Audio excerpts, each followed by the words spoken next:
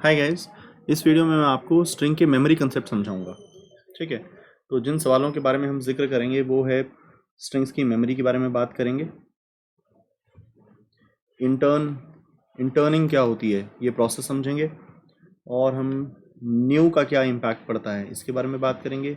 एक वर्ड होता है जो स्ट्रिंग के साथ एसोसिएटेड होता है, इम्यूटेबिलिटी। कि स्ट्रिंग इम्यूटेबल होती हैं, इसका इम्पैक्ट समझेंगे। स्ट्रिंग के परफॉर्मेंस इश्यूज होते हैं, क्या कारण है, क्या परफॉर्मेंस कहाँ बुरी होती है वो समझेंगे। और इक्वल्स और डबल इक्वल टू में क्या फ़र्क होता है ये सब का जिक्र करेंगे। ठीक है, तो सबसे पहले हम मेमोरी समझते हैं। देखिएगा, जैसे मैंने लिखा string s1 equal to hello,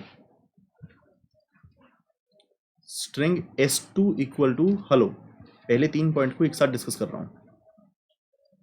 और लिखा string s3 equal to new string hello, तीनों का कंटेंट सेम है।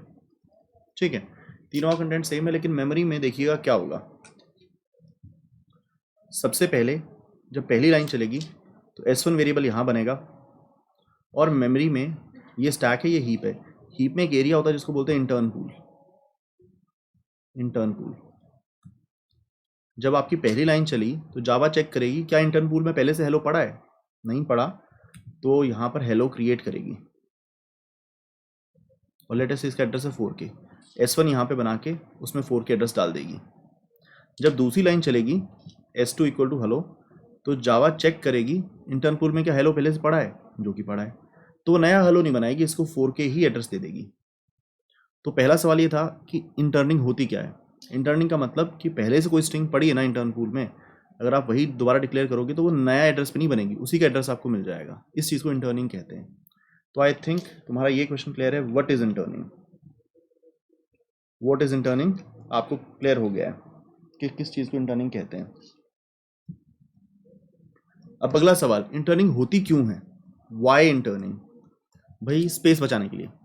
जैसे अब hello, hi, there, why, what, अलग अलग स्ट्रिंग्स बहुत सारी बार आएंगी तो वो शेयर हो जाएंगी, तो मेमोरी बचाने के लिए। Why do we do it, to optimize space, memory का सेव करने के लिए वो उनको इंटर्न कर देते हैं। अब क्या इंटर्निंग को हम अवॉइड कर सकते हैं, हाँ जी। न्यूज़ लिखने से जब आप न्यू स्ट्रिंग हेलो करोगे तो इस केस में वो इंटर्न नहीं कराएगा, एक नई लोकेशन पर नया स्ट्रिंग बनाएगा 5K, और आपको उसका एड्रेस मिल जाएगा। ठीक है, तो अब इंटर्निंग नहीं हुई, ये अलग जगह पर बन गया। न्यू से आप इंटर्निंग से बच सकते हैं।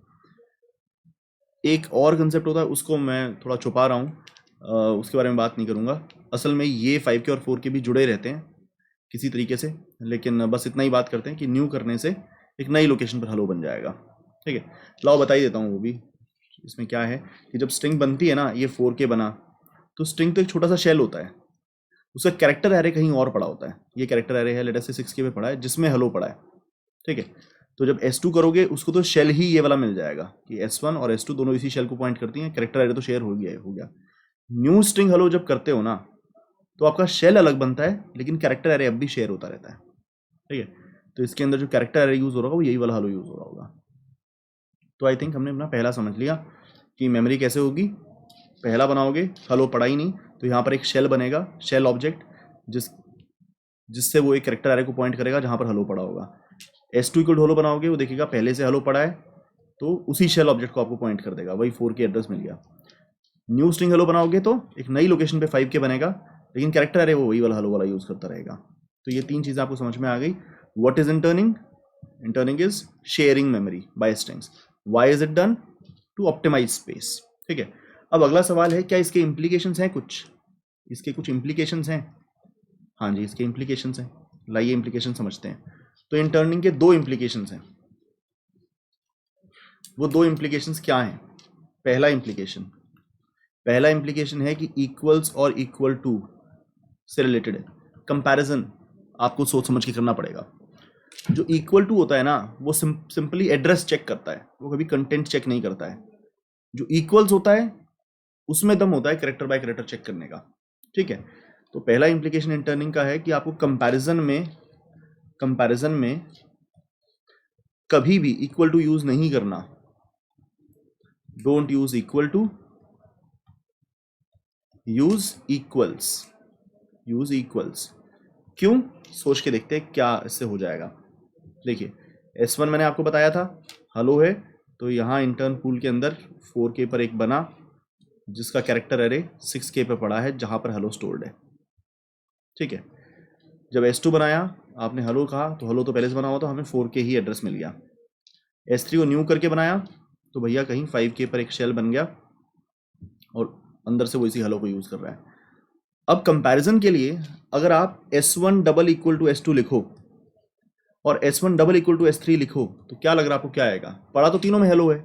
S1 double equal to S2 आपको ट्रू देगा क्योंकि दोनों का एड्रेस 4K है, ये ट्रू है।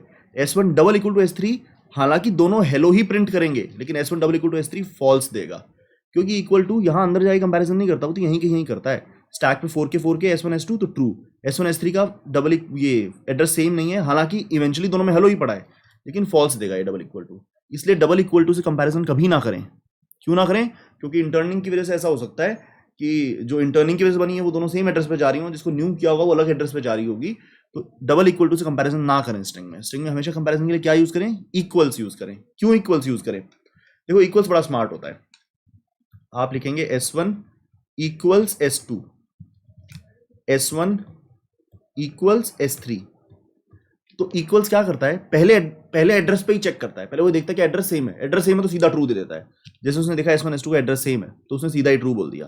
अब उसने S1 S3 को देखा कि एड्रेस तो सेम नहीं है, अब इनको कैरेक्टर बाय कैरेक्टर चेक करेगा। H सेम है, E सेम है, LL सेम है, LL सेम है, O सेम है, तो कहेगा ट्रू। ठीक है, समझ में आया आपको इक्वल्स कैसे चलता है? इक्वल्स ऐसे चलता है, पहले एड्रेस चेक करता है, एड्रेस चेक तो सेम है तो सीधा ट्रू, एड्रेस सेम नहीं है तो फॉल्स नहीं बोलता। उसके बाद वो कैरेक्टर बाय कैरेक्टर दोनों स्ट्रिंग को वेरीफाई करता है कि ये सेम है कि नहीं है।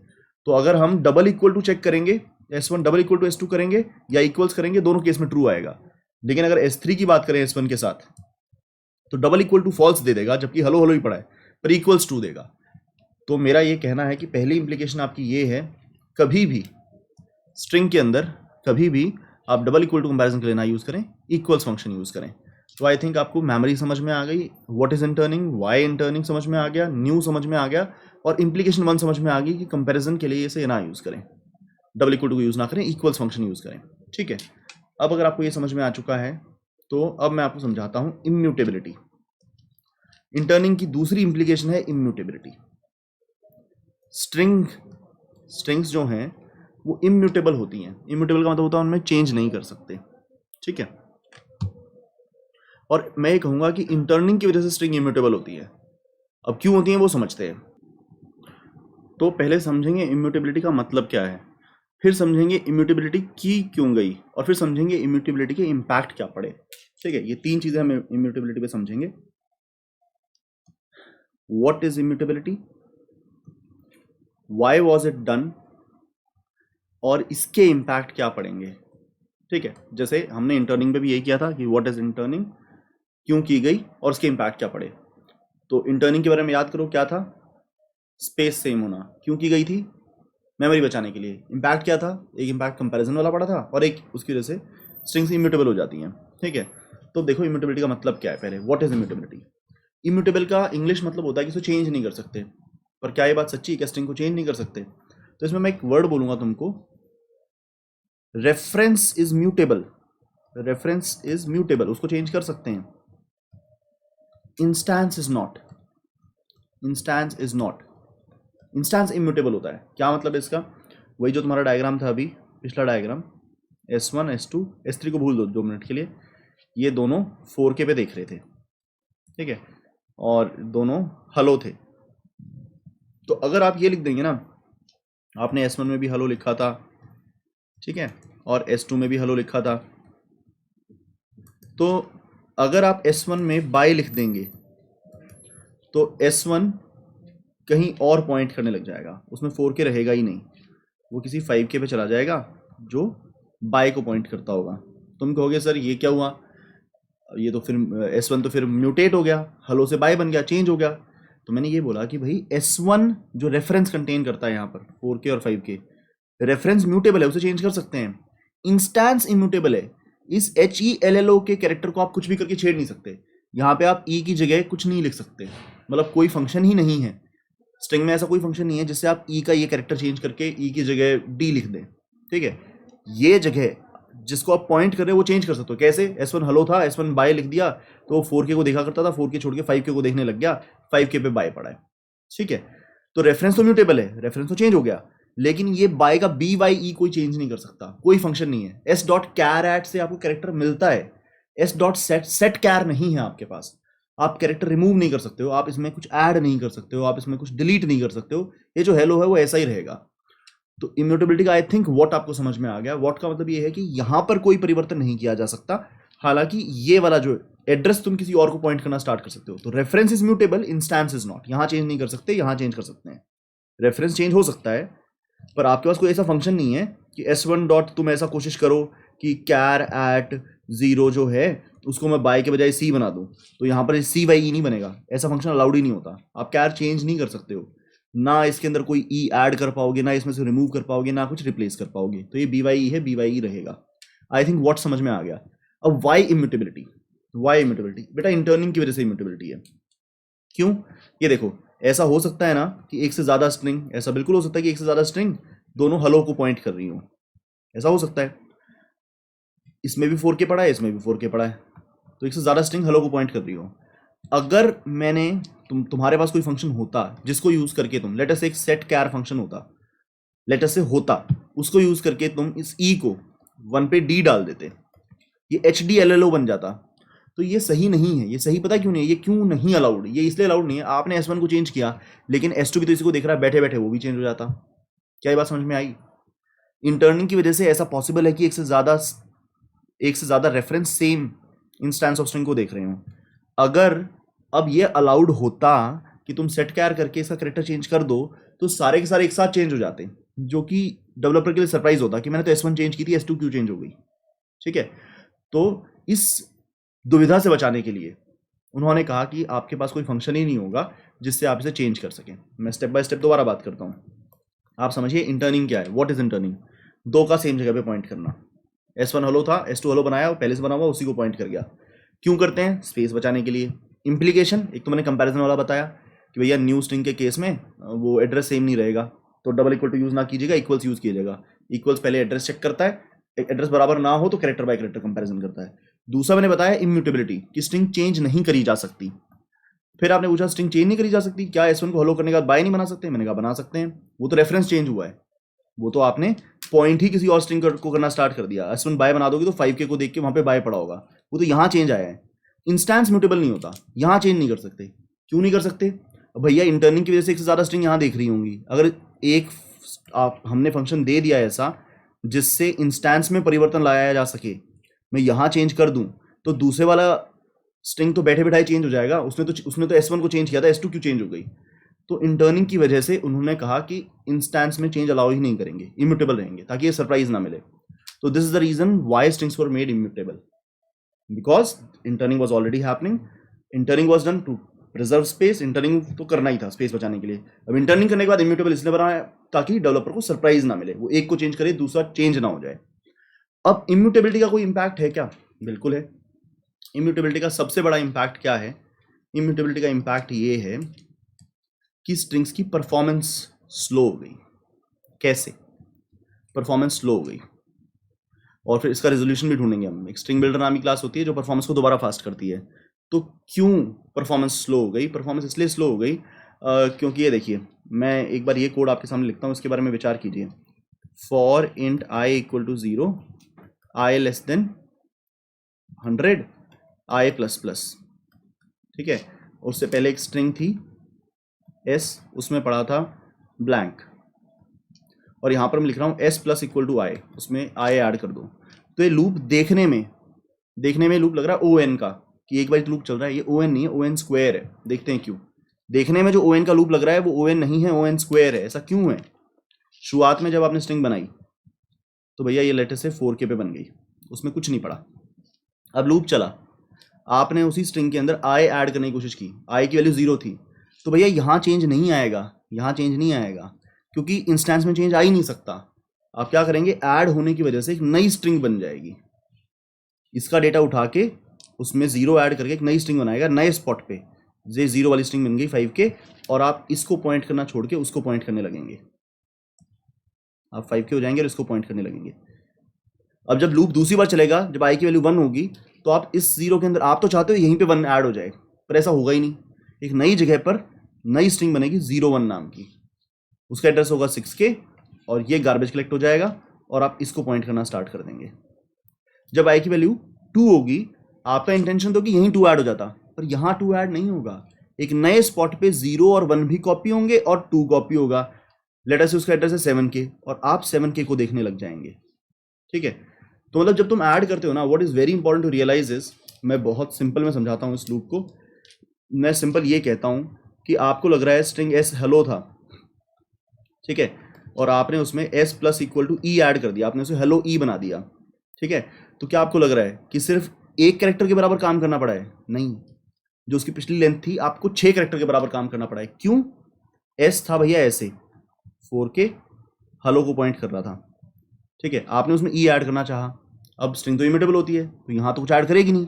वो क्या करेगा, एक नए स्पॉट पे पुराना हेलो कॉपी करेगा और ई भी कॉपी करेगा और इसका एड्रेस होगा 5K। वो इसको देखना छोड़कर अपना एड्रेस चेंज करके 5K को देखने लगेगा। जब एस प्लस इक्वल टू ई करेंगे ना, तो ये होता है नए स्पॉट पे हेलो ई बनता है। ठीक है, तो पुराने कैरेक्टर कॉपी करे कि नहीं करे? अब इसमें बहुत इंपॉर्टेंट बात है, मान लो ये स्ट्रिंग जो एस थी ये 2 GB लॉन्ग होती है, ये 2 GB लेंथ होती है इसकी।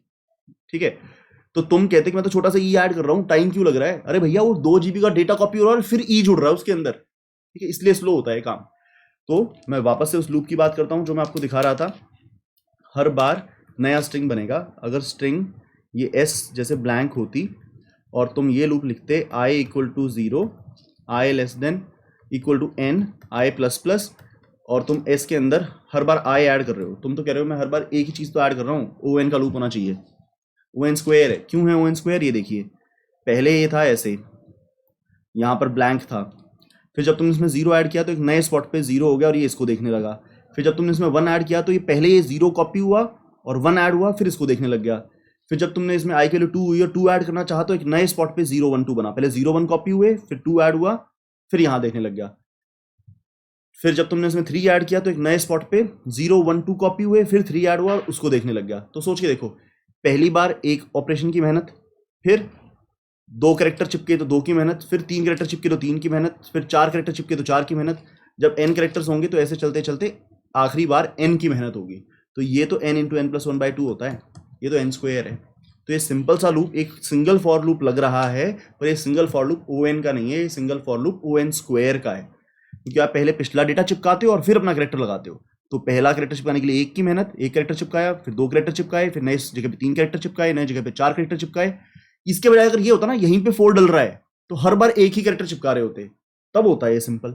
पर हर बार पिछला डेटा कॉपी होता है, जैसे 4 आएगा, 4 आएगा, अगर यहीं 4 ऐड होता तो एक कैरेक्टर की मेहनत होती, पर यहां नहीं 4 ऐड होगा, एक नई जगह पे पहले 0 1 2 3 कॉपी होगा और फिर 4 चिपकेगा, तो 5 कैरेक्टर की मेहनत है।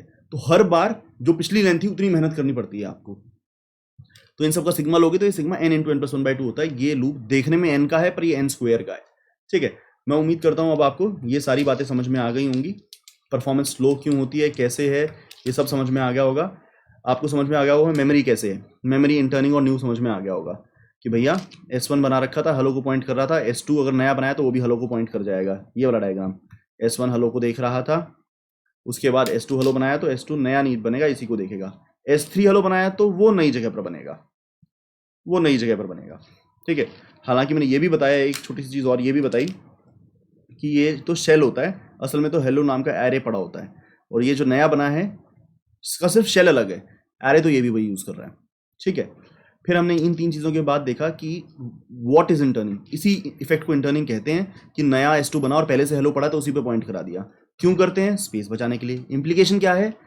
कंपैरिजन का इंप्लीकेशन है कि डबल इक्वल टू यूज ना करें, इक्वल्स यूज करें, क्योंकि S1 और S2 तीनों ही हेलो हैं, पर S1 double equal to S2 तो ट्रू आएगा, S1 double equal to S3 false आएगा, क्योंकि एड्रेस देखता है डबल इक्वल टू। इक्वल्स दोनों के लिए ट्रू देगा, S1 S2 के लिए भी और S1 S3 के लिए भी। क्यों?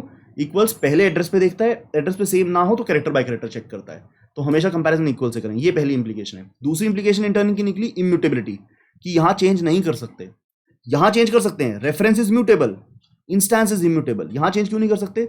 अगर कोई फंक्शन ऐसा होता है जिससे यहां चेंज कर दें तो भैया बैठे बैठाए S2 S3 भी चेंज हो जाएंगे कि नहीं हो जाएंगे? बिकॉज ऑफ इंटर्निंग स्ट्रिंग्स के इंस्टेंसेस इम्यूटेबल होते हैं, रेफरेंस म्यूटेबल रहता है। आप s1 इक्वल टू बाय लिख सकते हैं, तो यहां पर बाय नहीं बनेगा, एक नई जगह पर बाय बन जाएगा। ठीक है, तो व्हाट इज इम्यूटेबिलिटी, तुम्हें समझ में आ गया कि रेफरेंस म्यूटेबल होता है, इंस्टेंस इम्यूटेबल होता है। वाई इम्यूटेबिलिटी, क्योंकि एक अगर यहां पर बहुत सारे रेफरेंसेस पॉइंट कर रहे हैं इंटर्निंग की वजह से, अगर फंक्शन दे दिया इसको चेंज करने का तो सबके सब चेंज हो जाएंगे। s1 को चेंज करेंगे, s2 s3 में बिना बात का चेंज आ जाएगा, इसलिए इम्यूटेबल होती हैं।